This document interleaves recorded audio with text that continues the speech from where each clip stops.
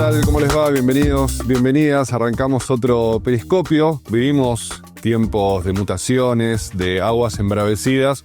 Nuestra idea es poder profundizar en esas aguas y también elevar nuestro periscopio para mirar un poco más allá. El tiempo es veloz y la reflexión es esencial.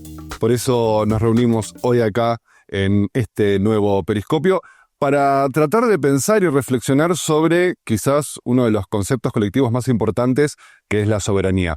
Hoy nos toca pensar sobre la soberanía económica. Para eso tenemos, como siempre, una mesa con personas que conocen del tema, que vienen pensando sobre esto y que voy a pasar a presentar en este momento. ¿Qué tal? ¿Cómo les va? ¿Cómo es? Bien, la primera que voy a presentar es Karina Forcinito. Ella es economista, investigadora docente acá de la universidad. Viene estudiando desde hace mucho tiempo sobre el tema de las reformas neoliberales, también sobre la relación entre la economía y la ecología, entre otros temas, obviamente. Tenemos a Ricardo Aronsky, ya viejo conocido de esta mesa de periscopio, especializado en lo que es economía, especializado también en lo que es la mirada internacional sobre justamente este área del conocimiento. Y tenemos a Germán Pinazo.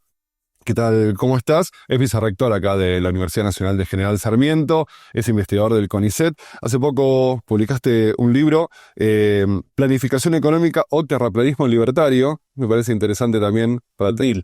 Sí. No sé muy bien de qué se trata. Nos vas a contar un poquito y en un ratito nada más se va a sumar a esta mesa de forma virtual Enrique Mario Martínez, ingeniero, fue presidente del INTA, del Instituto Nacional de Tecnología Industrial, y el INTI, perdón, no INTA, y actual coordinador del Instituto para la Producción Popular. Bien, vamos a tener como 3 momentos, esa es la idea, la propuesta. Vamos a tratar de pensar qué es primero la soberanía económica, tratar de ponerle ahí algún tipo de definición. Vamos a ver en qué momento estamos hoy en la Argentina y en el mundo en ese sentido, y después también poder reflexionar hacia adelante de qué es lo que puede llegar a venir. Para arrancar tenemos un pequeño video, las invitamos para verlo juntos y a partir de las preguntas que nos surgen empezar a reflexionar. Cuando hablamos de soberanía económica, ¿de qué estamos hablando? De un pueblo que pueda decidir qué produce y cómo produce, y también discutir la distribución de eso que produce, es decir, a quiénes beneficia con el fruto de ese trabajo colectivo. De un Estado nacional que no esté sometido a sus acreedores financieros, ni a empresas transnacionales o estados extranjeros. La soberanía económica no es solo una idea. Aparece todos los días, en los precios que pagamos, en las tarifas que nos llegan y en los alimentos que encontramos, o que empiezan a faltar, en la mesa familiar y en la olla popular. Pero, ¿quién decide realmente sobre la economía de un país? ¿El pueblo a través de sus representantes? ¿Los grandes grupos económicos? ¿El Fondo Monetario? ¿Las reglas del mercado? ¿Hasta dónde puede un país ser económicamente soberano en un mundo globalizado? Pero sobre todo, ¿qué decisiones erosionan nuestra soberanía económica? ¿Y qué caminos existen hoy en Argentina para recuperarla?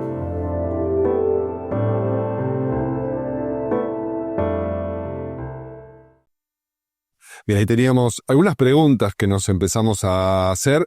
Me parece quizás para poder definir en primer lugar, poder dar una idea de qué hablamos cuando hablamos de soberanía económica. Bueno, empiezo yo. Encantada de estar aquí. Muchas gracias por la invitación. Bueno, yo pienso que cuando pensamos en clave de soberanía económica, en realidad estamos hablando de la autonomía que tiene una sociedad para definir cuestiones fundamentales que hacen a su existencia presente y futura. Que involucran no solamente la producción, la distribución y el consumo, como es clásico en el campo de la economía, identificar los procesos económicos fundamentales, sino también la extracción, que es anterior a la producción, y el descarte, que viene después del consumo, ¿no? Porque estas dimensiones se han tornado cada vez más importantes en un contexto de crisis importante a nivel ecológico. no solamente Ahí- sociales. Ahí estás como sumando lo que se llama recursos naturales o bienes comunes, como Claro. se conecta como parte importante de esto de la soberanía. Claro, los bienes de la naturaleza y los servicios ecosistémicos que la naturaleza proporciona, no solo proporciona bienes, proporciona en general los ciclos biogeoquímicos, es decir, el ciclo del nitrógeno, del oxígeno, el ciclo del agua, de lo cual depende la producción de todo y nuestras propias vidas, el oxígeno que respiramos. Entonces, efectivamente hay un metabolismo entre la sociedad y la naturaleza que empezamos a reconocer como importante y que cada vez cobra mayor importancia frente a la profundización del perfil de especialización de nuestros países, no solo de Argentina, sino de América Latina, en lo que hace a la provisión de recursos naturales a nivel internacional, ¿no? Nuestro país está especializado en eso, esas son sus principales exportaciones, y bueno, hay toda una discusión importante en este país y obviamente a nivel internacional también, pero en nuestra región, en América Latina, sobre los impactos de reforzar este patrón de especialización que conocemos desde la etapa de la conformación de nuestras economías en el siglo XX, entre el siglo XIX y el XX. Así que un poco es una definición que para mí involucra al Estado como mediación fundamental que debe garantizar la soberanía económica, pero remite a un concepto más profundo, más amplio, que involucra a la sociedad en su conjunto, ¿no? Y a los actores fundamentales de la sociedad.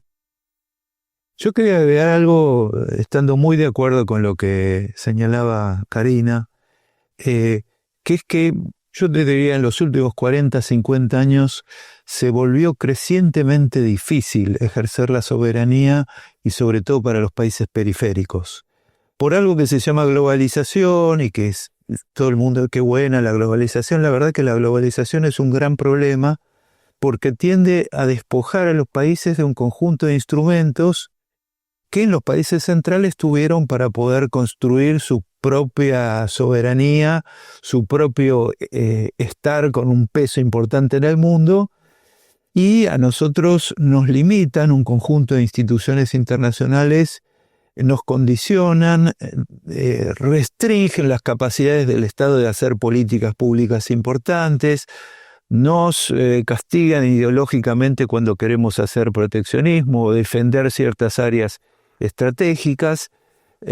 Hay un tema de irradiación cultural de los países centrales sobre la periferia, donde parece que lo meritorio sería simplemente seguir los lineamientos que entre comillas están de moda y en realidad son recetarios para los países periféricos para que sigan siendo periféricos. Y nosotros a veces venimos con una noción muy atrasada de soberanía, más bien territorial, digamos, cuando pensamos en soberanía decimos Malvinas, y por supuesto que Malvinas, Antártida, todo eso forma parte, pero no es simplemente territorial, es como la contradicción que tuvo en su momento la última dictadura militar, que por un lado trata de recuperar Malvinas, pero después estaba entregando a la economía nacional, al capital extranjero, endeudándola. Es decir, el concepto de soberanía es multidimensional y la economía dentro de eso tiene un lugar estratégico que ningún país importante del mundo desconoce. Una de las características del subdesarrollo es que vos no te das cuenta cuáles son las palancas que tenés que tener en la mano para tener soberanía. Mientras en los países centrales, llámese Rusia, China, Estados Unidos o el que quieras, tienen muy en claro de qué se trata. Vos, Germán, ¿cuál es tu mirada en este proceso de definir en un primer momento qué es la soberanía económica? No, más que definir, que me parece que acuerdo bastante con cómo lo definieron Karina y Ricardo, incluso con la placa que se pasaba al principio, por ahí complementar alguna cuestión sobre la que hablaba Ricardo, sobre esta tensión entre soberanía y globalización. A mí me parece que hay una dimensión del proceso que se llama así globalización, que es una dimensión productiva, que en cierto sentido es un dato de los últimos 40 años sobre el cual nosotros tenemos que pensar y que creo que son complementarias las dos cosas. Quiero decirlo claramente. Hay una parte de la globalización que es la que se entiende por los organismos multilaterales de crédito, la injerencia de esos organismos, ciertos acuerdos sobre aranceles, cierta regulación de la geopolítica y del orden económico internacional, y hay una dimensión más productiva que viene ocurriendo de los 70, 80, pero sobre todo en los últimos 20 o 30 años, que está directamente vinculada con el traslado de parte de los procesos productivos a China, que es la ampliación de las escalas geográficas desde donde se produce, se piensan y se comercializan, se gestionan los bienes y servicios, digamos, a diferencia de lo que ocurría a principios del siglo XX, a mediados del siglo XX, donde Argentina pensó su desarrollo industrial, digamos, hoy, para decirlo muy esquemáticamente, un producto industrial se piensa en un país, se fabrica en 3 países a la vez y se comercializa en muchos otros más, y eso supone cierta estandarización de los procesos y agrega desafíos para un país como el nuestro, que es de una escala media o chica, digamos, porque en esa nueva lógica de estandarización de los procesos y ampliación de las escalas, países como Brasil son mucho más estratégicos para las empresas para localizar ahí la fabricación de insumos claves y distribuir esos insumos a países que son también, entre comillas, más ensambladores como el nuestro, digamos, ¿no? China es por excelencia el centro de producción de casi todos los insumos, de casi todo, por su escala, por un montón de cosas más.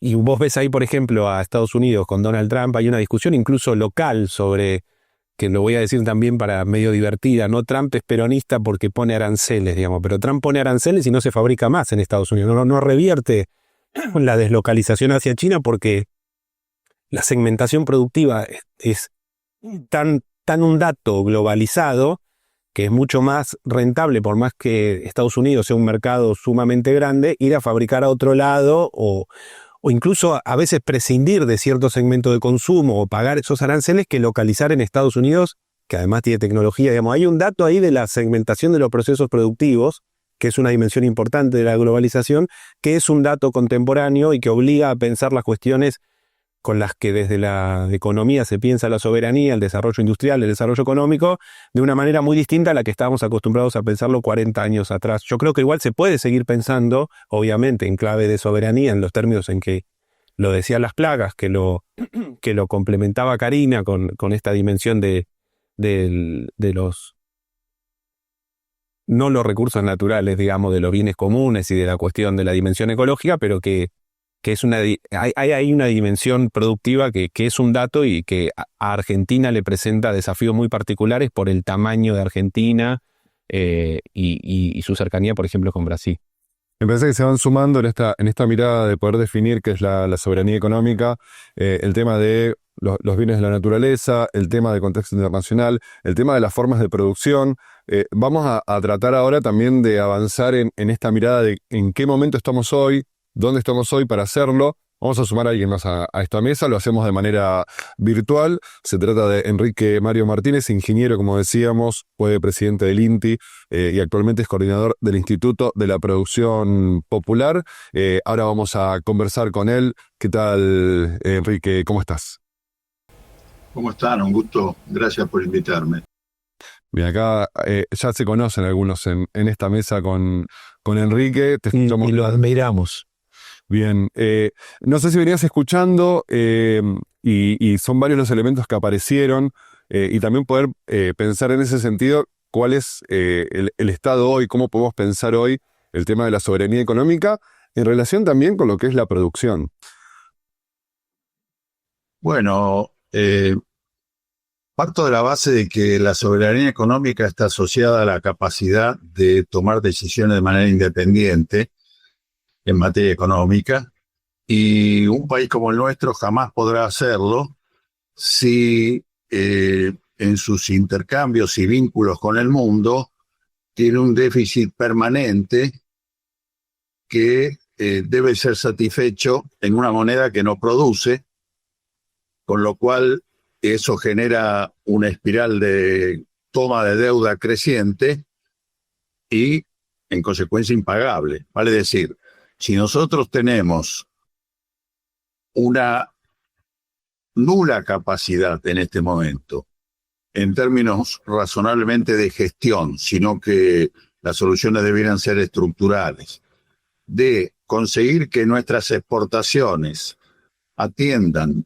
las necesidades de pago por importaciones, de pago por regalías y utilidades de las empresas que están desarrollándose en la Argentina, de satisfacción de los consumos de turismo en el exterior de parte de los argentinos. Y eso nos lleva a que sistemáticamente tenemos que cubrir ese déficit con deuda, y como dije antes, esa deuda es creciente, aparecen, como diría, un espacio económico de toma de beneficios por parte del sector financiero que es permanente, que resulta seductor, entre comillas, porque invita a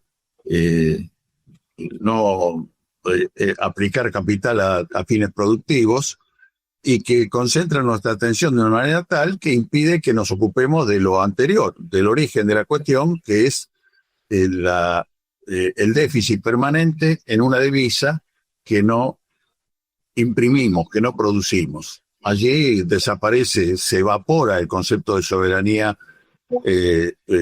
política.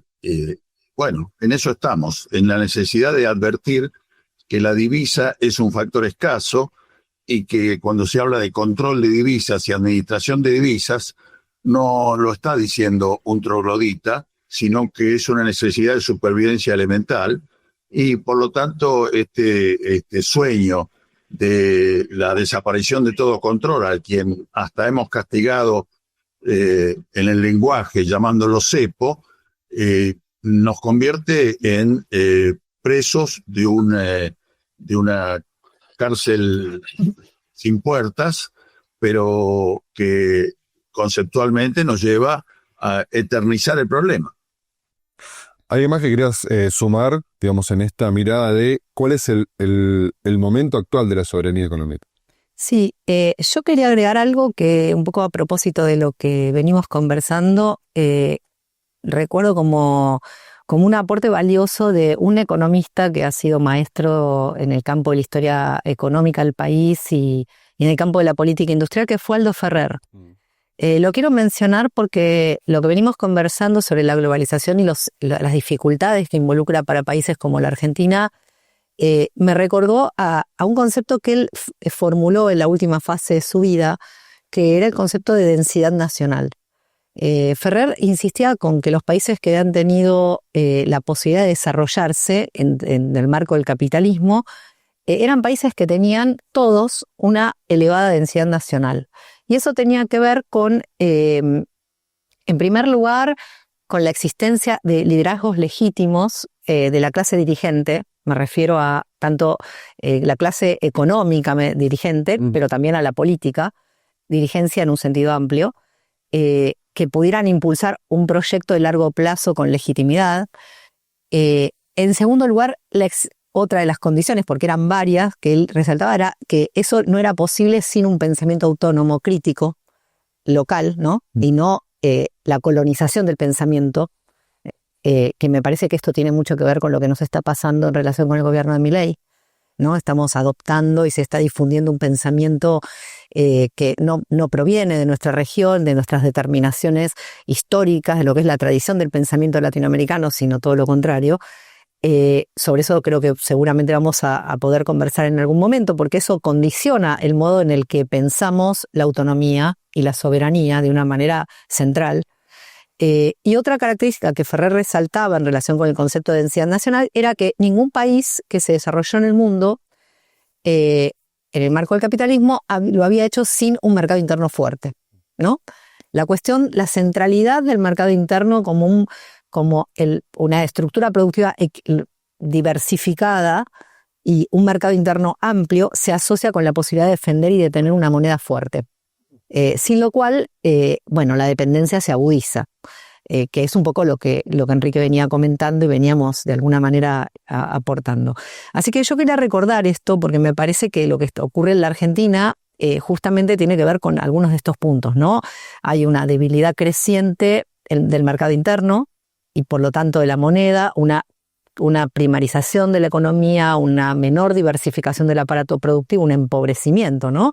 Y que esa condición estructural a su vez debilita el papel de la moneda, su estabilidad, su credibilidad, que nos vuelve más dependientes financieramente y además tenemos problemas de dirigencia económica serios, me parece, tanto económica, porque tenemos problemas con la burguesía local, con la burguesía transnacionalizada, con el capital extranjero, tenemos problemas ahí, en lo que hace al compromiso con impulsar un proyecto doméstico, y también problemas políticos, entonces con la dirigencia política, con su legitimidad, etcétera.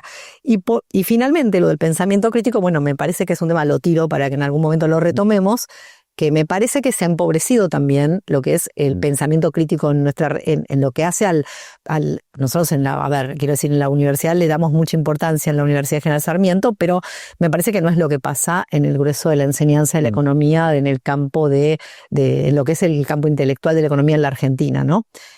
Así que bueno, esos 3 elementos quería recordarlo en homenaje también a este pensador, Aldo Ferrer, que me parece que bueno, apuntaba mucho. Y si uno mira China, mira estos países, la India, bueno, el mercado interno tiene un papel fundamental. En China es claramente un estabilizador del ciclo, ¿no? Tiene un papel fundamental y me parece que volver a discutir sobre el mercado interno, sobre la producción local, es clave para pensar salidas, así que seguramente lo retomaremos. Sí, yo pensaba, a mí me pareció muy acertado lo que dijo Germán antes. Hay que redefinir qué es soberanía en este contexto complicadísimo de globalización. Segundo, me parece lo que dice Enrique, que lo logra presentar de una forma muy sencilla, pero es evidente que uno tiene que tener una situación externa equilibrada, es evidente que un país que le faltan divisas tiene que regular eso para evitar desequilibrios mayores. ¿Cómo hacemos? Lo interesante es que estas cosas que parecen como realmente de sentido común, faltan, te diría yo, cuerpos soberanos en la sociedad argentina para que esto pueda ser materializado. Creo que Karina daba una pista. Tenemos una élite económica que está en cualquier cosa menos en pensar la soberanía nacional. Me parece que ellos se conciben como socios menores de negocios planetarios, con lo cual lo que pasa en la Argentina es relativamente poco importante. En otra época las Fuerzas Armadas en América Latina en general eran un factor de preocupación por la soberanía, con limitaciones, pero en los militares había una idea de que había algo que se llamaba soberanía, debo decir Savio, Mosconi, Baldrich, Perón, es decir, había una idea de que se construía de determinada forma y que eso tenía una pata industrial y productiva muy importante. Eso no sé hoy las Fuerzas Armadas Argentinas en qué están. Por supuesto, está bueno que no hagan golpes de Estado, pero digamos, el descompromiso con la idea de soberanía es muy grande. Y después el tema de las universidades. Yo veo que hay pequeños focos donde se preocupan en relación a este tema, pero las universidades, incluso las universidades nacionales, entraron en una dinámica de especialización en temas micro, en ir haciendo pedacitos el pensamiento económico, en vez de aportar a una visión colectiva de país que nos dé una orientación muy clara. Es decir, ciertos espacios sociales, la élite económica, las Fuerzas Armadas, las universidades, donde ese tema tendría que estar muy fuerte. No le vamos a pedir al ciudadano común que con los problemas que tiene esté pensando en la soberanía, pero cuerpos en la sociedad tendrían que estar pensándolo, y da la sensación que eso ha pasado a un segundo, tercer, quinto plano en las preocupaciones de gente que tendría que estar preocupándose de eso. Estamos tratando de ocuparnos acá con nuestro aportecito, ¿sí?, que podemos hacer desde una universidad pública justamente con esto. Enrique, te recuerdo, vos, esto es una charla, estás invitado a la mesa de forma virtual en esta cosa moderna, así que podés sumarte cuando quieras, obviamente, para hacer cualquier tipo de comentario o aportar lo que te parezca. Muchas gracias. Simplemente, si me dan ese pie, lo tomo inmediatamente y les diría que yo intento plantear algunas cosas como de sentido común, porque y las empatizo de la manera más simple y elemental posible, porque coincido con Ricardo en ese diagnóstico, la verdad, penoso que advierto en los ámbitos de pensamiento académico, digamos. Yo he estado últimamente por invitación, en alguna reunión para construir grupos de pensamiento estratégico en materia económica, donde en un momento la reunión derivó a que sobre todo los más jóvenes, eso me dolió más, se concentraron en discutir la forma en que se gestiona la liberación o no del cepo cambiario, entendiendo que ese era el problema que había que discutir inicialmente, ignorando totalmente las razones por las que hay que controlar la moneda o por las que se estableció alguna vez ese bendito cepo.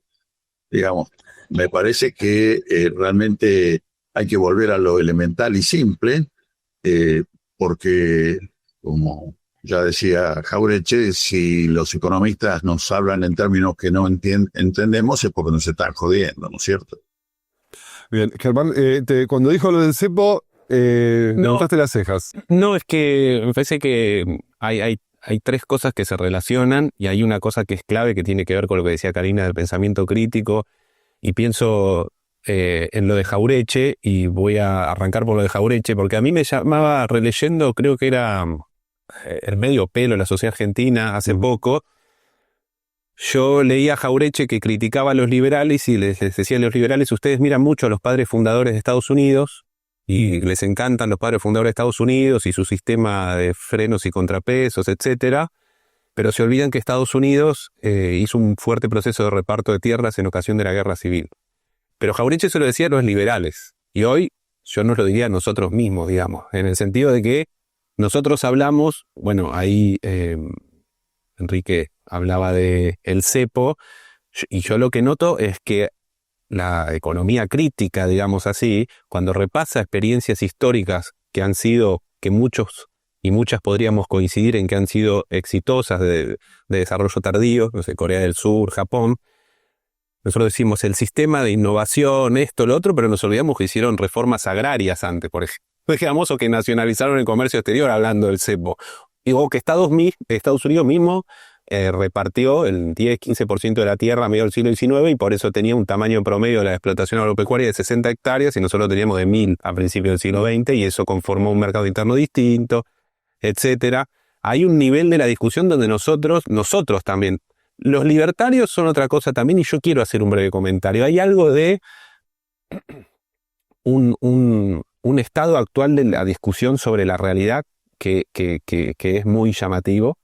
Yo el otro día veía, en línea con esto del desconocimiento total sobre, bueno, el propio Milei habla de Corea del Sur y parece no saber, no Corea del Norte, no Venezuela de Chávez, que hizo una reforma agraria Corea del Sur antes de ser Corea del Sur, o pone en la tapa de su libro a Singapur y el desarrollo urbano de Singapur, y se olvida que Singapur entre los 60 y los 80 del siglo pasado compró la tierra justamente para hacer un desarrollo urbano del Estado. Es como que los tipos no pueden caminar sin tropezarse, digamos, ¿no? Es como muy curioso. Pero nosotros, los que estamos de otro lado, también decir, bueno, ¿qué hicieron esos países? Yo entiendo que hoy discutir una reforma agraria es prácticamente algo totalmente fuera del tiempo histórico, pero bueno, eso hicieron esos países y nosotros tenemos que ver qué discusión damos para que, en un contexto donde, como dicen Karina o Ricardo, hay un sector privado que no tiene dentro de sus objetivos estratégicos determinadas cuestiones vinculadas al desarrollo económico, ¿qué hace el Estado en tanto representante de la sociedad para llevar adelante medidas en un contexto donde la evidencia indica que los países que han mejorado su bienestar lo han hecho de una determinada manera, que hoy para nosotros es sumamente, diría, radical, digamos. Todos los países capitalistas exitosos serían para los libertarios comunistas, digamos, y nosotros tenemos que ver qué pasó, retomar un poco la historia, digamos, ¿no? Sí, me parece interesante también introducir el tema del Estado. Hablamos de los sectores del poder económico, del poder financiero, internos, externos, etcétera, pero también en esta mirada sobre la soberanía económica, hoy los estados en general y el Estado argentino en particular, ¿en qué situación están para garantizar esa soberanía? Bueno, yo quiero decir algo, sí, pero a mí hay algo que me tiene obsesionada y que no se dice un poco que está relacionada con la pregunta que vos estás haciendo, Leo, y con lo que dijo recién Enrique, que tiene que ver con esto de la restricción externa, ¿no? El primer problema que aparece en la literatura, bueno, y en la vida cotidiana, pues vivimos con los vaivenes propios de una economía dependiente que sufre permanentemente shocks de distinto tipo, que tienen que ver con lo que ocurre en la actividad externa, que se traslada internamente a través de lo que es la política monetaria, etcétera. Y ahí me parece importante decir que la Argentina en los últimos años, si bien la restricción externa es un dato histórico desde la etapa sustitutiva de importaciones, quiere decir esta necesidad de divisas que aparentemente nunca alcanzan, en los últimos años hay estudios muy importantes que muestran que efectivamente la restricción externa hoy tiene un componente financiero fundamental, sin lo cual no se entiende qué pasa, y tiene que ver con el comportamiento de la élite, ¿no? Porque la élite exporta y exportamos muchísimo y las exportaciones han crecido enormemente de manera exponencial, sin embargo, siguen sin alcanzar los dólares. Claro. Y acá aparece el problema de la transnacionalización de la élite, de que Argentina es el octavo país en los paraísos, llamado paraísos guaridas fiscales, el octavo país del mundo, quiere decir, no es el octavo país en términos de PBI. Entonces, me parece que acá hay un tema fundamental a entender, que es cómo el excedente económico pasa por la Argentina y no se queda en la Argentina. Y además, este sector tan concentrado, tan rico y extranjerizado en gran medida, no se niega a pagar impuestos. Entonces, utiliza las infraestructuras, los bienes de la naturaleza, la fuerza de trabajo en el país, pero no quiere aportar nada. Y ahí aparece el papel del Estado, ¿no? ¿Qué papel tiene el Estado? Bueno, de disciplinador de la clase dominante, una clase dominante que no se compromete ni mínimamente con lo que incluso en muchos países desarrollados se compromete la clase dominante. Bueno, y acá aparece el problema del disciplinamiento que ocurrió en los países que estaba mencionando Germán recién, ¿no? Corea del Sur muy fuertemente. Claro, en los países asiáticos de industrialización tardía, en todos el Estado, está bien, era un Estado que tenía un pasado asiático, ¿no? Un Estado fuerte, que no es el latinoamericano, pero ahí aparece, ¿qué pasa? ¿Cómo pensamos, cómo repensamos, cómo refundamos el Estado? Para que pueda disciplinar a estos actores, para que, bueno, esto que decíamos de la minería con las retenciones, bueno, ok, se están llevando una cantidad de excedentes fenomenal, recursos no renovables, dejando una contaminación espantosa. Bueno, no puede ser que esto no se piense a largo plazo, sus consecuencias y a su vez cómo revertir este perfil extractivista de la economía que claramente no puede ser definitivo. En todo caso, está ocurriendo ya desde hace como 30 años, se viene profundizando, pero no es el destino del país. Ese no puede ser el destino del país. Entonces, por lo tanto, me parece que esta discusión es clave, ¿no? Cómo se ha financiarizado la restricción externa y qué involucra para el papel del Estado, ¿no? Que ya no es solo el endeudamiento, la valorización financiera y la fuga de capitales, sino que es una forma de funcionamiento de la élite económica que saca permanentemente el excedente económico que obtiene, lo externaliza, y la economía argentina es como un barril sin fondo. No hay modo aunque se tome deuda, no hay modo de sostener los equilibrios mínimos. Y esto me parece que es un tema fundamental que ha marcado todos los últimos gobiernos. No, yo estaba pensando, escuchándola a Karina,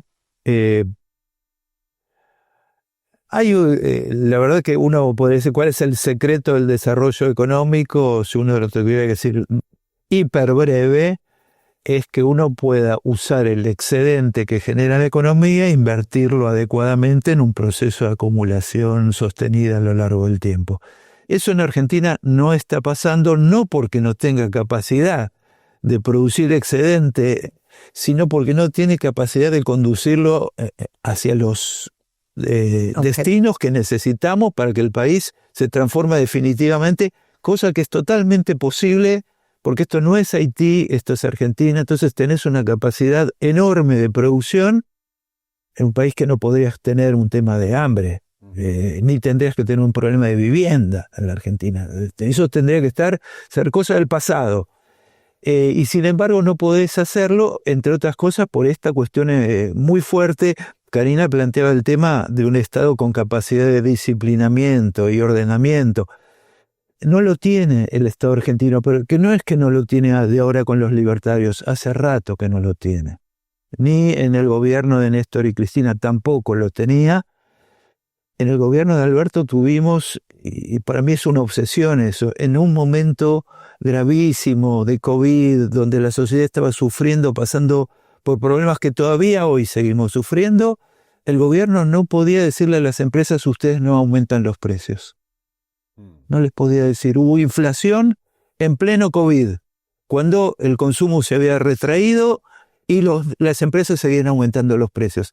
Bueno, eso es un Estado que está en la lona. No, o sea, uno no puede pretender tener soberanía nacional con un Estado de estas características. ¿Y qué hacemos entonces? Enrique, sí. Simplemente quiero, no simplemente por intervenir, sino porque a continuación de lo que dice Ricardo, yo comparto plenamente lo que dice él, y me parece que es un tema central. El problema no consiste en esencialmente controlar a la élite desde el Estado.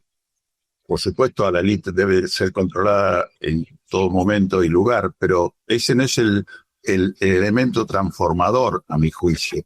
Sino el elemento transformador consiste en tener un Estado que tenga un proyecto que sea capaz de ser ejecutado a su vez por los individuos que producen cosas en este país.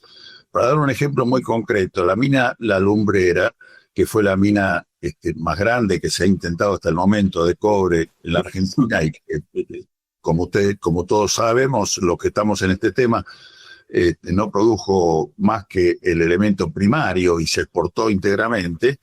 Se completó su explotación en 20 años y no cambió en lo más mínimo la ecuación de importación de cobre elaborado en la Argentina, que sigue importándose 100% o casi el 100%. Hay algunas pequeñas plantas recuperadoras de cobre.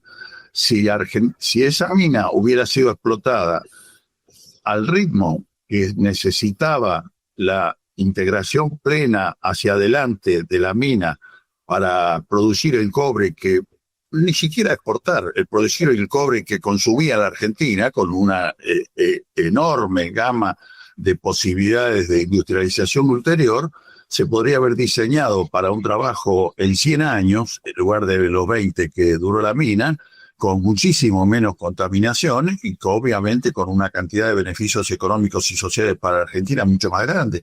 Y eso también es válido para cualquiera de las minas de cobre que se están pensando.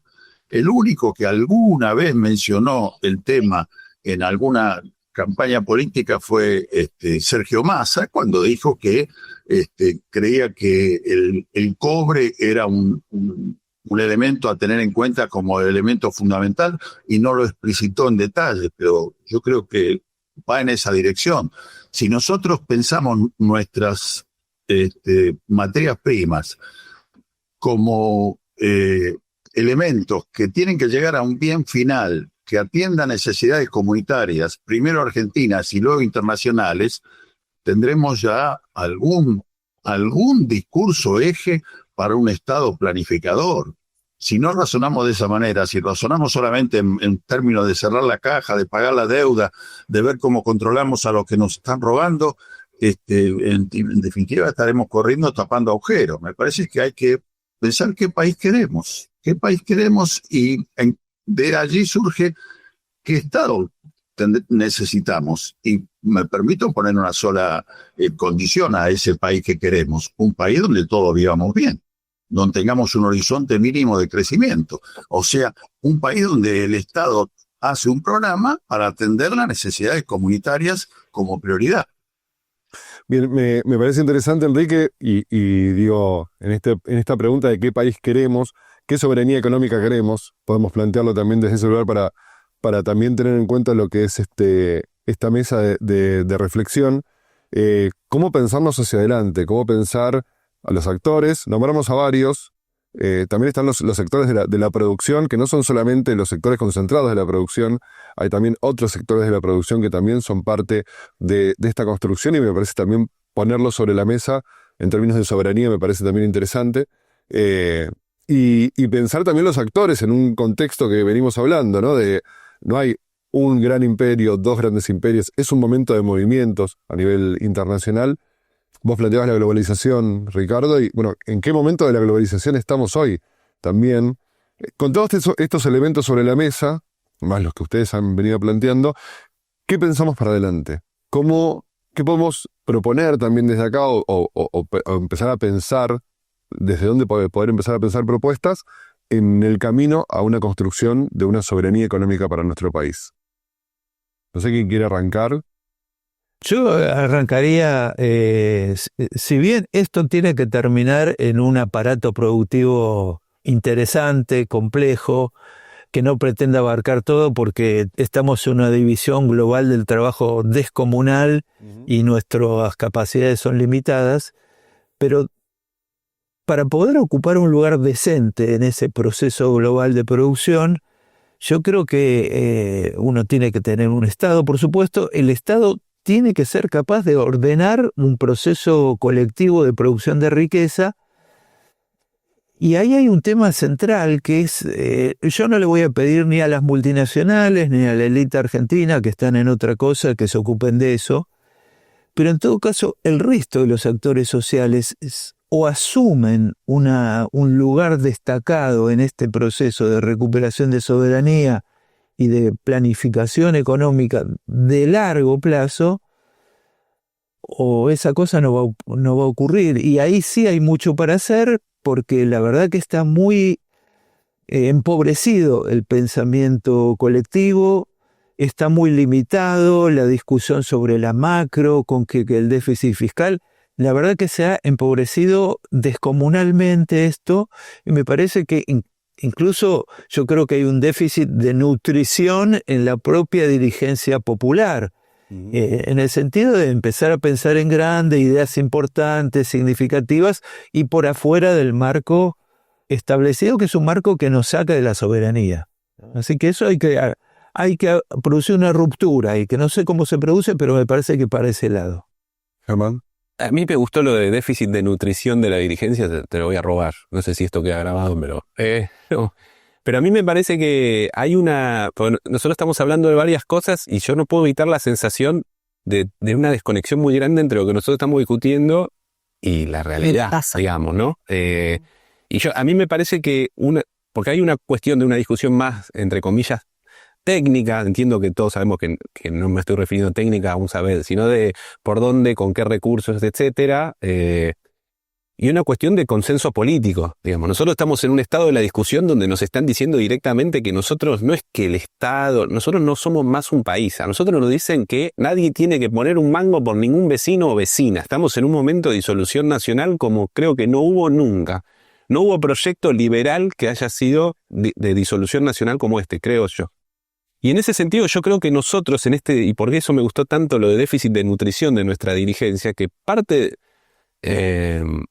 una parte importante de poder construir los consensos necesarios para eventualmente poder tener un Estado cuyas acciones sean legítimas para pensar todo lo que nosotros estamos diciendo, la experiencia del Estado tiene que volverse una experiencia satisfactoria en cierta cotidianidad.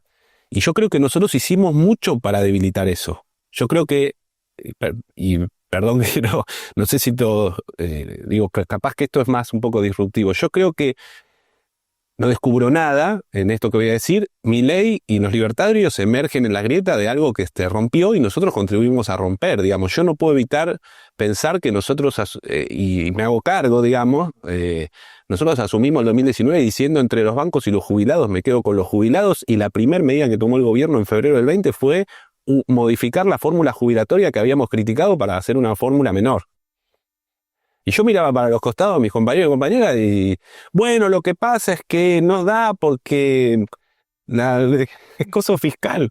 Y vos no podés, o sea, porque vos estás sacándole la legitimidad a la política que viene a construir desde lo colectivo. Y después festejamos cosas como un superávit en el PAMI. Vos tenés que estar muy politizado para ver un festejo de un superávit. Yo me acuerdo, porque a vos me acuerdo que lo de la pandemia te marcó. A mí el número, en ese momento era 70.000 millones de pesos tenía el superávit el PAMI, que hoy no sé cuánto serían. Por 10 habría que multiplicarlo, era un superávit descomunal. Y que el PAMI tenga superávit es que la sociedad el Estado le estaba sacando más a la sociedad de lo que le devolvía en algo tan fundamental como la atención a los jubilados. Y a mí me pasó justo que en paralelo tenía, perdón que cuente esto con una anécdota, mi suegro se rompió la cadera, PAMI, Y era una cosa que digo, vos tenés que estar muy politizado para no ir con un tanque y pasar por arriba, digamos. Yo no tenía ni la radiografía de que hablé con un amigo kinesiólogo, mirá, hay 32 roturas de cadera, ¿cuál tiene? No tengo idea, nadie me atendía, qué sé yo, ¿viste? Tenés que estar muy politizado y en paralelo vos ves que el PAMI tenía superávit. ¿Desde dónde? ¿Desde cuándo nosotros festejamos que el PAMI tenga superávit? Entonces nosotros contribuimos a un Estado y después decimos el Estado y entonces la gente te mira y te dice, no, Campos.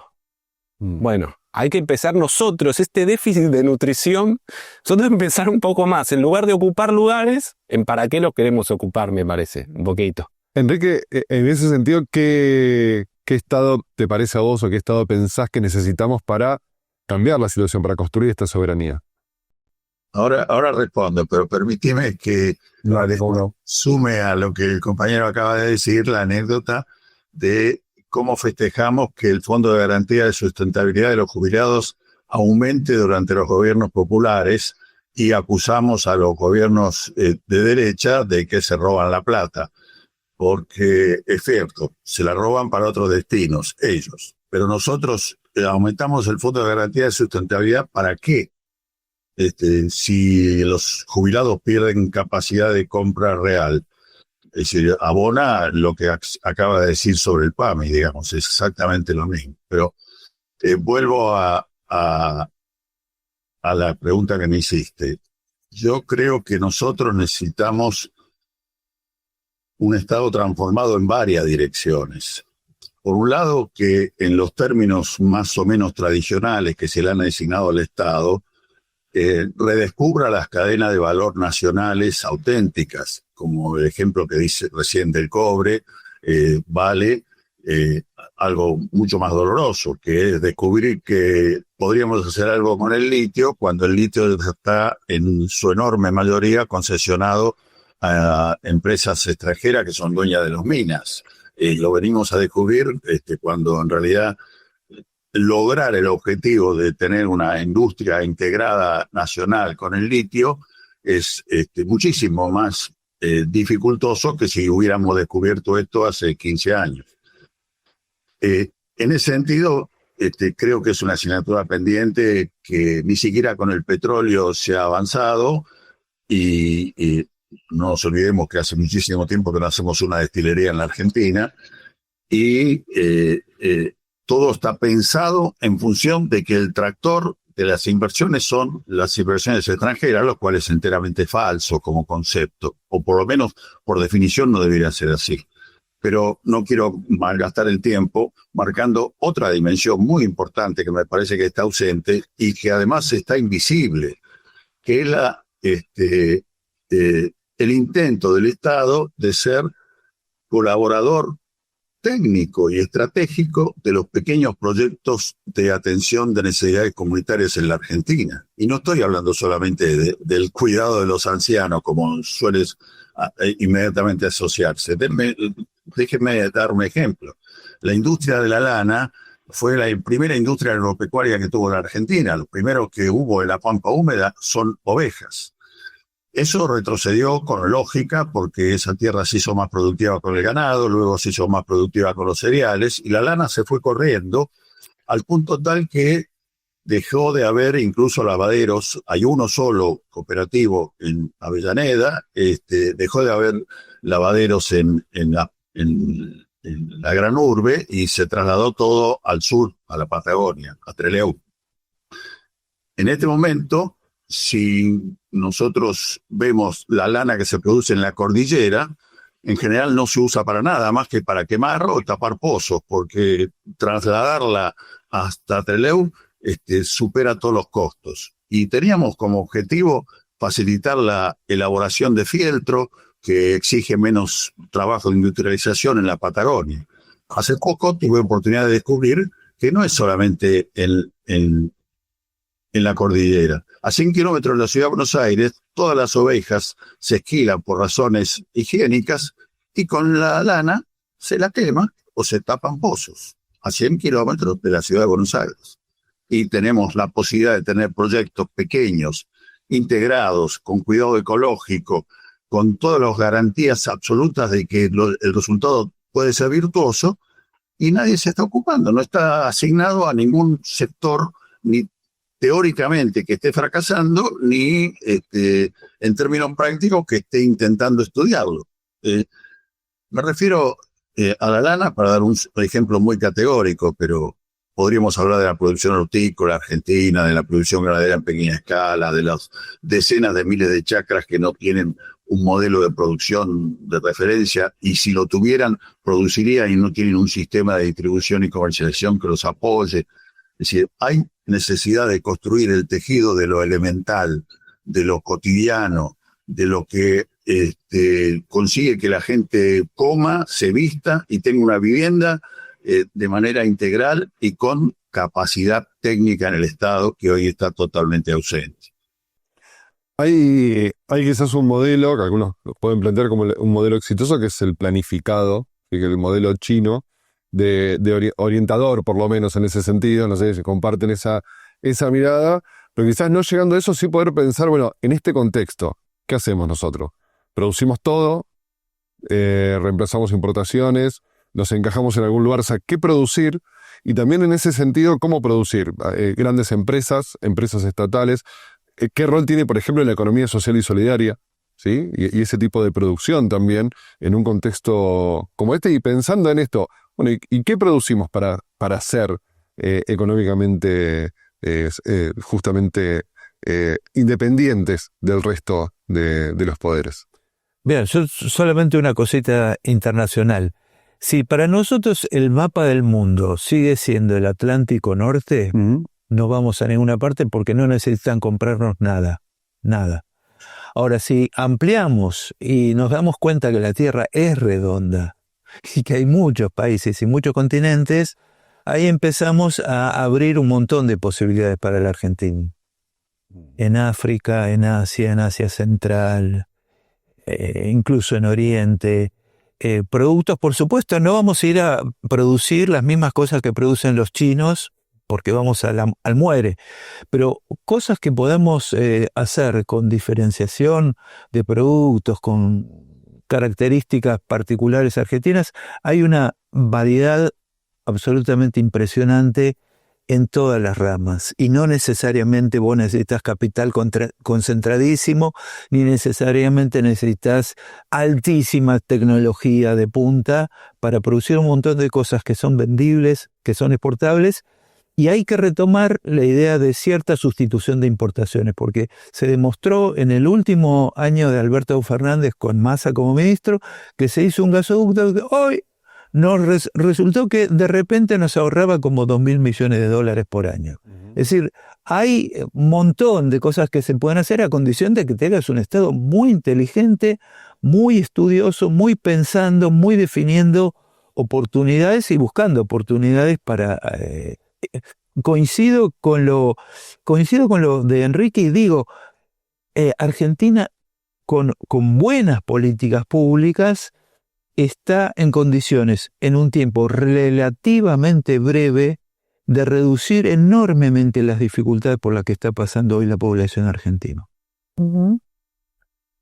Bueno, yo quisiera volver un poquito a lo que planteaba recién Germán de desde dónde, ¿no? Porque pensamos alternativas, pero creo que hay que hacer frente a lo que está pasando, porque yo creo que antes de pensar en las propuestas, que habría que, tener claro que primero es necesario resistir a un proyecto de destrucción que está avanzando de una manera terrible, que es este proyecto libertario, que amenaza lo público. Es decir, nosotros estamos hablando de la centralidad que tiene un proyecto estatal, pero el gobierno actual, por ejemplo, está empecinado en destruir lo público, lo común, en las universidades, las escuelas, el sistema de ciencia y técnica.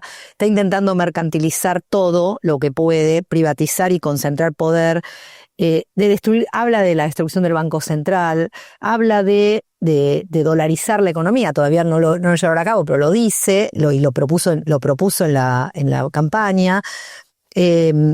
Extranjerizar la cuestión del RIGI, ¿no? Se profundizar un esquema de regulación que viene de los 90, que no fue estructuralmente modificado en relación con las reformas neoliberales del menemismo y que está siendo profundizado con la desregulación y llevada a cabo por el ministro, ¿cómo se llama? El de la desregulación. Sturzenegger, y con el RIGI, ¿no?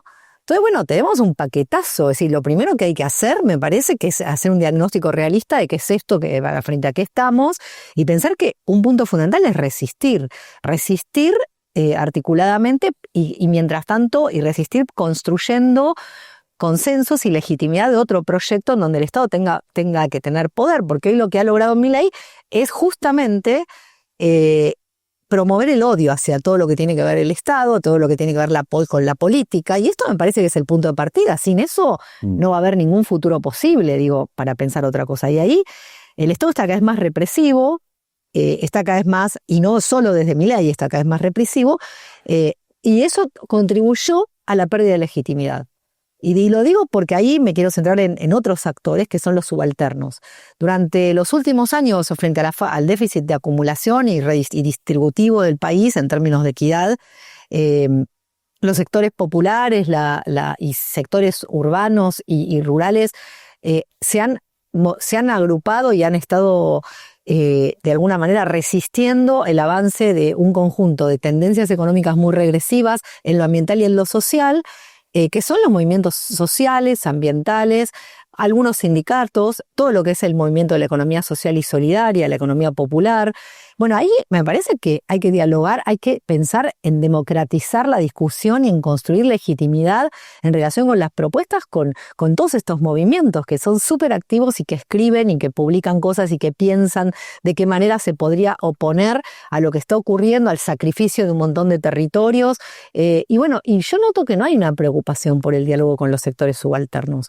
Y para construir una alianza, para enfrentar un proyecto que tiene en la cabeza al poder económico más concentrado a nivel mundial y las finanzas internacionales, etcétera, tenés que tener una alianza de clases por abajo sólida, cosa que me parece que no estamos discutiendo, y es clave, porque si no la salida parece como una cuestión tecnocrática, burocrática, y a mí me parece que eso es un problema.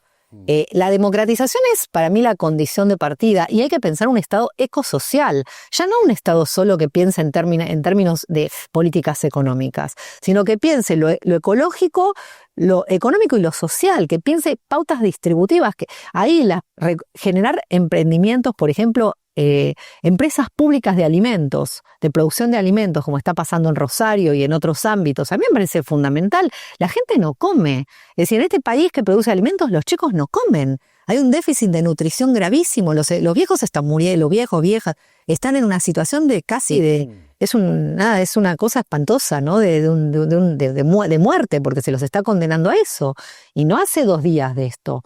Entonces, me parece que el primer punto tiene que ser ese, discutir qué alianzas de clases, qué construcción de qué participación de los sectores subalternos, populares, postergados, se puede generar en un proyecto alternativo, porque para contrarrestar semejante proyecto que hay en el poder, necesitas un apoyo fenomenal del otro lado. Es decir, ¿cómo vas a hacer para impulsar eso? Para mí el desafío es político, y por supuesto lo económico surge como una propuesta construida con conocimiento técnico, porque no es en el aire, como dice Ricardo, como estamos hablando, como dice Enrique, de la importancia de la dimensión técnica del asunto, pero yo creo que lo técnico no puede estar disociado de lo político, y hoy lo político no se visualiza porque no hay legitimidad para plantear esto, y este es el principal obstáculo de cortísimo plazo que tenemos que enfrentar.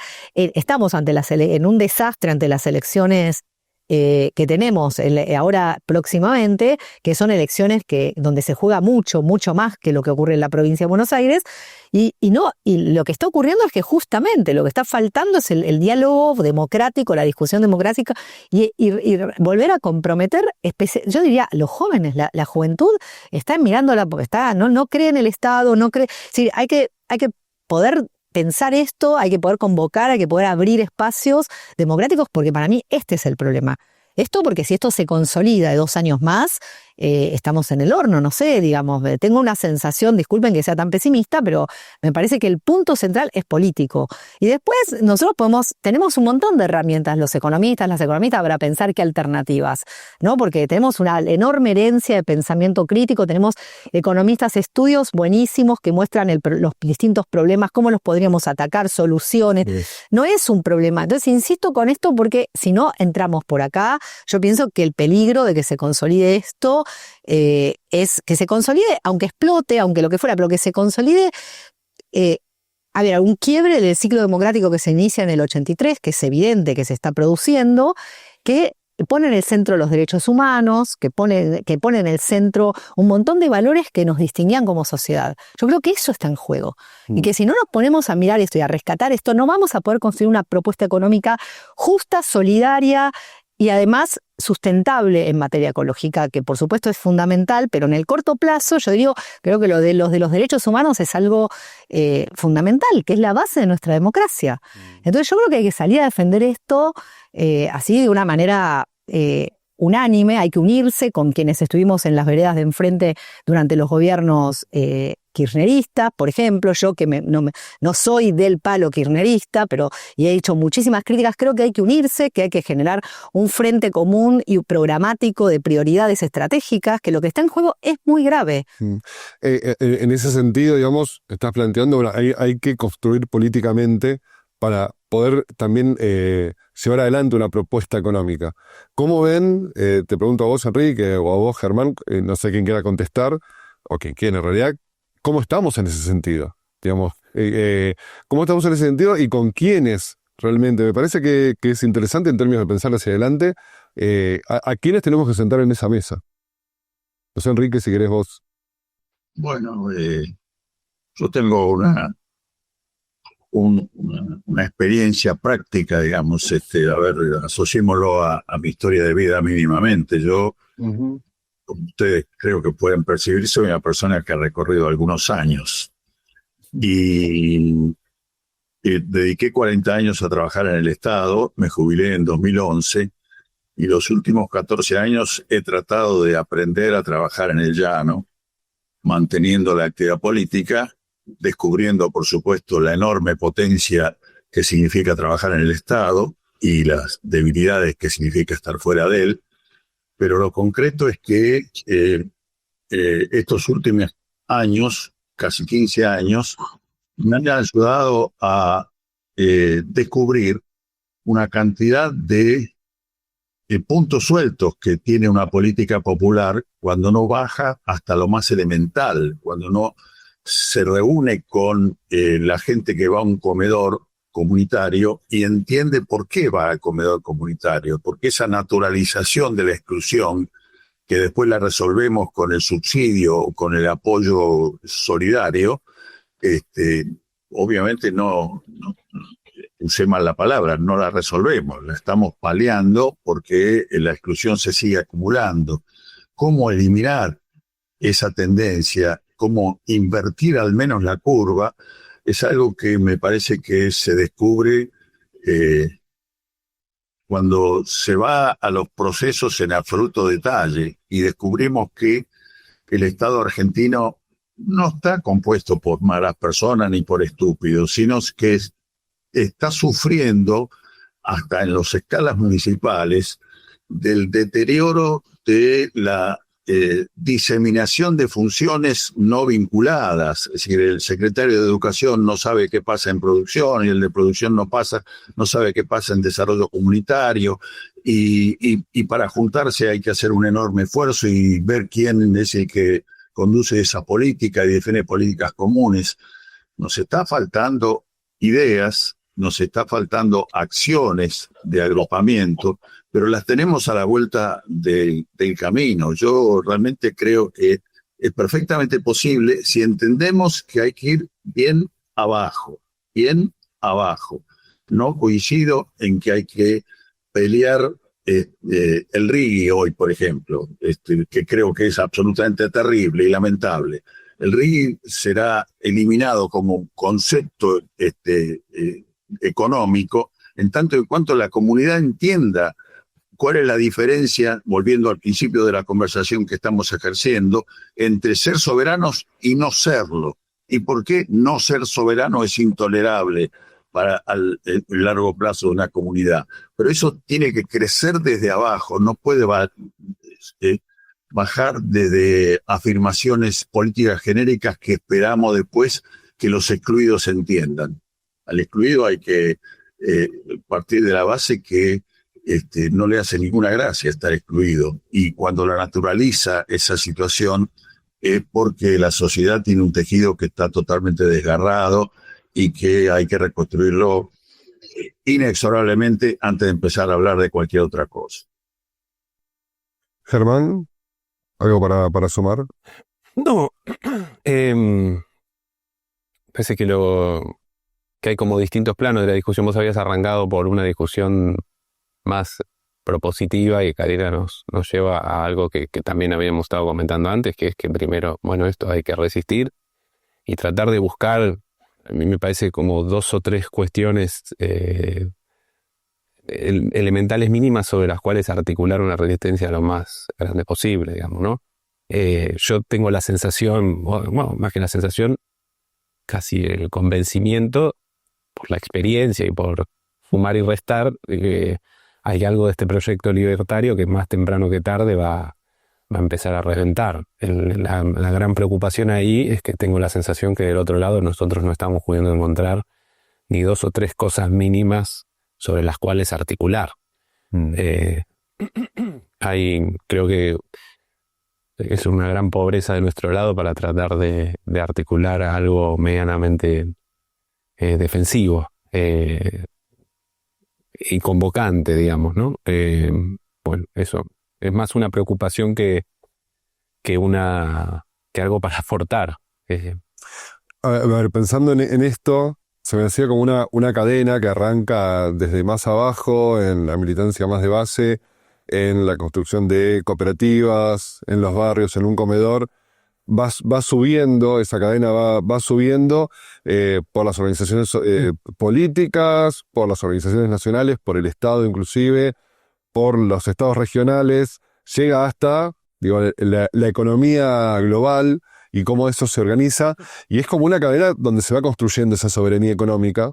No sé, se acompaña esta mirada de es una cadena que se va construyendo, y pienso, bueno, estamos mirando por ahí los eslabones débiles. ¿Cuál es el eslabón? Para poder pensar hacia adelante también, para poder como decir, bueno, agarrémonos del eslabón fuerte también. ¿Dónde es ese eslabón fuerte donde decimos, desde acá podemos arrancar como para poder avanzar justamente en esta construcción?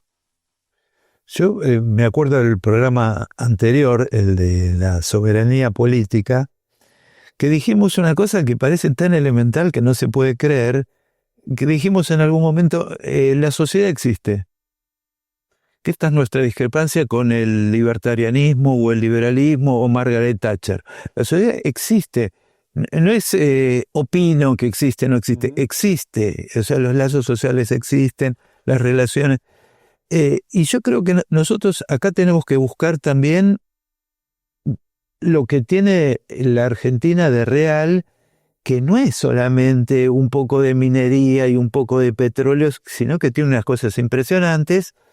Tenemos el Carem ahí nomás, tenemos INVAP, que es una cosa extraordinaria, y simplemente la mayor parte de la gente no lo conoce directamente. Es decir, es un nivel de ignorancia que nosotros tendríamos que contribuir a romper. La mejor empresa de Argentina no es Techint, es INVAP. Y eso lo tendríamos que decir, y lo tendría que incorporar el elemento universitario. Tendría que, digamos, hay que hacer mucho trabajo en ese sentido de difusión, de esclarecimiento. Enrique decía, bueno, que la gente común entienda la importancia de la soberanía. No la entiende gente con mucha más capacidad de estudio y de acceso a textos, y que tiene más tiempo y está menos angustiada, y tampoco entiende. Entonces, me parece que hay una tarea colectiva de reflexión sobre poner una serie de prioridades fundamentales, elementales sobre la mesa, dejar cierta pereza de muchas veces Eduardo Rinesi lo ha planteado, digamos, cierta dinámica de las universidades de comodidad, que tengo mi proyectito, y bueno, ahora te vienen a destruir todo, ya no estás cómodamente con tu proyectito y viviendo bien, sino viviendo pésimo. Entonces me parece que es un momento que tendría que llevar una reflexión profunda, incluso en términos de autodefensa personal, que es o tenemos proyecto colectivo o no hay proyecto personal que esté a salvo de esta destrucción. Sí, no, yo ordenando un poco más intervención anterior a mí, yo lo que tengo la sensación es que nosotros tenemos una necesidad imperiosa e incluso pragmática de radicalizar los planteos, digamos. La radicalización no es una cuestión de ser una voluntad confrontativa. Digamos, nosotros no hemos hablado, pero tenemos la deuda con el Fondo Monetario Internacional, digamos, ¿no? La deuda con el Fondo Monetario Internacional hace prácticamente ingobernable al país.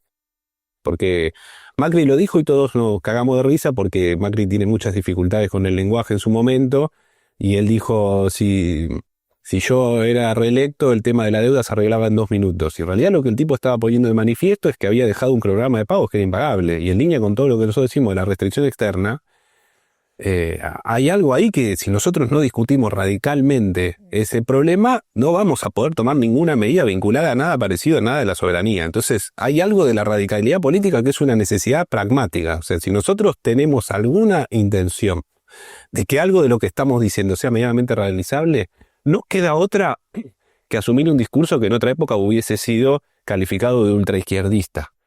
Y eso, entonces, la desazón mía tiene que ver con que yo creo que no hay mucho tiempo, aunque es necesario, para construir una discusión, digamos, lo masiva que se necesita para ir transformando ciertas cuestiones de sentido común que tenemos. Y me da la sensación que hay una dirigencia que no me cuesta ver que es un momento histórico muy difícil, digamos, ¿no? Pero es eso. Hoy la radicalidad política es algo de lo más de un mínimo pragmatismo, digamos. La del Fondo Monetario Internacional es elemental. Y ahí hay cosas, las discusiones y eso es increíble, a la derecha que estamos corridos nosotros y nosotras, porque si uno ve los documentos de Naciones Unidas, del Banco Mundial, las discusiones que son de principio del siglo XX, de los años 2010, sobre los criterios para considerar una deuda odiosa, Argentina, la deuda con el Fondo Monetario cae en los 3 criterios que, no sé, la Conferencia de Naciones Unidas para el Comercio y el Desarrollo establece para considerar una deuda odiosa, que es que sea ilegal, que el acreedor tenga plena conciencia de la ilegalidad y que no haya sido utilizada en beneficio del pueblo, digamos. Y la deuda con el fondo viola la ley de presupuesto, la ley de procedimiento administrativo, los estatutos del fondo. Los funcionarios del fondo dejaron todo lo dedo marcado porque decían tenemos que apoyarlo al Mauri. Entraron 20.000 millones de dólares y se usaron todos para cosas que el fondo prohíbe. Si nosotros, teniendo todo eso ahí servido, no podemos aunque sea decir, che, esto no se tiene que pagar. Después vemos qué pasa. Pero si no arrancamos por una discusión de una radicalidad, esto va a explotar. Alguno de carambola va a agarrar la manija y en 2 minutos vamos a estar más o menos en la misma y eso va a contribuir a como decía Karina, a erosionar cada vez más una democracia o un sistema más o menos de acuerdos que está ahí, a un empujoncito de romperse todo. Bien, vamos a ¿Puedo hacer hacer un comentario? Sí, se corrió, Sí. vamos a Sí, yo creo que esto que decía Germán es clave, que bueno, todo es importante lo que venimos planteando, son distintas dimensiones, es muy difícil articular eso en una propuesta porque son de distintos niveles, pero a mí me parece que el tema, vos decís las fortalezas que tenemos, a mí me parece que es la enorme resistencia y capacidad de lucha del pueblo argentino, que es innegable. Y volviendo al tema de los derechos humanos, bueno, en ese campo se ha manifestado particularmente, yo creo que eso va a continuar existiendo y que de hecho está, lo que pasa es que hay una situación muy represiva en este momento. Y también la creatividad, creo que hay una capacidad, una creatividad, una cantidad y mucha solidaridad. También mucha solidaridad que yo creo que es un valor, que caracteriza a nuestra sociedad. Yo creo que eso en los momentos se ve en San Cayetano, en la manifestación. Bueno, hay distintos sectores que están tratando de aportar a la solidaridad en este contexto. Yo creo que, bueno, eso es fundamental, pero que si no damos pasos importantes desde el campo económico en relación con ciertas ataduras que hacen a la pérdida de soberanía, no va a haber futuro posible diferenciado. Por ejemplo, asumo a lo que decía Germán, el tema de los tratados bilaterales de inversión. La Argentina, no Brasil que nunca firmó, nosotros tenemos estos tratados bilaterales de inversión que están desde los años 90 y que continúan y se los renueva y hemos perdido sistemáticamente todos los juicios. Entonces es un delirio total. Entonces ahí hay que, si juntás todas las deudas del CIADI, te da que la Argentina, cuando privatizó, recibió en todo concepto alrededor de $24.000 millones, ¿no? En títulos de la deuda, la mayor parte que estaban en default y algo en cash, ¿no? Y luego se quedó con alrededor de más de $20.000 millones de pasivos que la dictadura había tomado, que ya los absorbimos nosotros sin las tarifas, que se quedó el Estado con eso. Y encima después pagó otro, más de $20.000 millones en juicios en el CIADI. Quiere decir, hacemos los números y nos da pésimo el neoliberalismo para el Estado argentino, para toda la ciudadanía, y ahora vamos a volver a privatizar y otra vez lo mismo, se repite la misma historia. Entonces, si no rompemos desde el punto de vista de la propuesta esta institucionalidad neoliberal que se construyó desde Martínez de Oz hasta hoy, incluyendo la reforma financiera, incluyendo, digamos, hay una cantidad de leyes que son de esa época, la ley de inversiones extranjeras, el sistema de la minería, si no modificamos esto, no va a haber otra forma de funcionamiento de la economía porque esas son las reglas con las que se mueve el capital acá adentro. Acá adentro y con la que se mueve para ampliar la restricción externa ya no al comercio, sino a las finanzas. Y ahí esto es clave. Es decir, eso hay que tocarlo. Y los gobiernos progresistas no lo han tocado. No lo han tocado y estos están profundizando eso. Entonces, cuando venga el siguiente gobierno progresista, no sé qué es lo que podrá hacer frente a todo esto, pero porque es cada vez más grande lo que hay que modificar.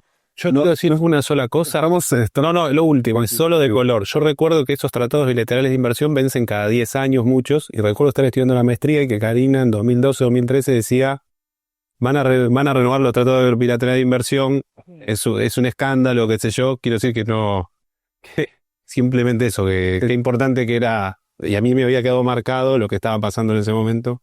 Lo que les voy a pedir, porque nos quedamos sin tiempo, así que vamos a hacer una pequeña rondita para cerrar. Lo que les voy a pedir son 3 palabras, por así decirlo. En realidad son 3 tareas que podríamos pensarnos para este camino. El título de la tarea, les pido que no lo expliquen porque si no nos quedamos sin tiempo, pero poder pensar, varias ya se nombraron me parece, y es simplemente poder dejarlo como un listado de cosas para hacer hacia adelante. No sé quién quiere arrancarlo. Yo diría esto. Sí. Perdón, Enrique. Déjenme que tome la última porque yo también me quedé sin tiempo, pero necesitamos que la gente crea que la soberanía es posible para pelear por ella. Para eso basta o necesitamos un eslabón fuerte, como se preguntó. ¿Cuál es? Desagregar la soberanía alimentaria del concepto de soberanía económica y demostrarnos que todos podemos comer, incluso los que hoy no pueden comprar su comida pueden participar en sistemas nuevos que lleven a que sean parte de la generación de su propio alimento. Si demostramos que la soberanía alimentaria es posible para todos los habitantes de la Argentina, estaremos a un paso de poder repensar la soberanía en términos integrales. Bien, Enrique. ¿Quién quiere seguir con este listado de 3? Yo simplemente que la sociedad a veces piensa que el problema es un problema de tipo técnico, es decir, que no hay ideas económicas y que en el fondo eso enmascara un problema político, que es que ideas económicas, técnicas, propuestas concretas. A Enrique le hemos escuchado miles de propuestas y hay mucha otra gente a lo largo y ancho del país que tiene ideas muy buenas y efectivas y concretas. no es ese el problema está en la política. Sí, yo agregaría que en la política y que nosotros necesitamos radicalizar nuestro discurso político para que algo parecido a una soberanía económica sea posible. Si no, estamos en horno. Karina. Sí, y yo diría que hay que refundar el pacto democrático, hay que salir a enfrentar este proyecto refundando el pacto democrático, es decir, fortaleciendo el pacto del 83 y sobre la base de un programa centrado en una contrarreforma neoliberal del Estado en la Argentina que ponga en el centro los valores de la justicia, la democracia y la sustentabilidad. Esa es mi opinión. Bien, bueno, nos quedamos con algunas cosas para seguir pensando. Este periscopio va a seguir pensando en la soberanía en general. Y en primer lugar quiero agradecerles a los cuatro por estar hoy acá, por acompañarnos, por ayudarnos a pensar y a sumar muchos elementos para poder construir esa soberanía económica que queremos hacia adelante. Enrique, te despedimos y te agradecemos muchísimo, obviamente, por tu participación. Un gusto grande, ha sido un honor. Gracias. Bien, gracias. Para vos, Germán, muchas gracias. Muchas gracias Carmen, a ustedes por Gracias a ustedes. estar. Muchas gracias. Y nosotros nos reencontramos en el próximo periscopio. Vamos a seguir analizando, pensando, tratando de encontrar también nuevas maneras de construir la soberanía.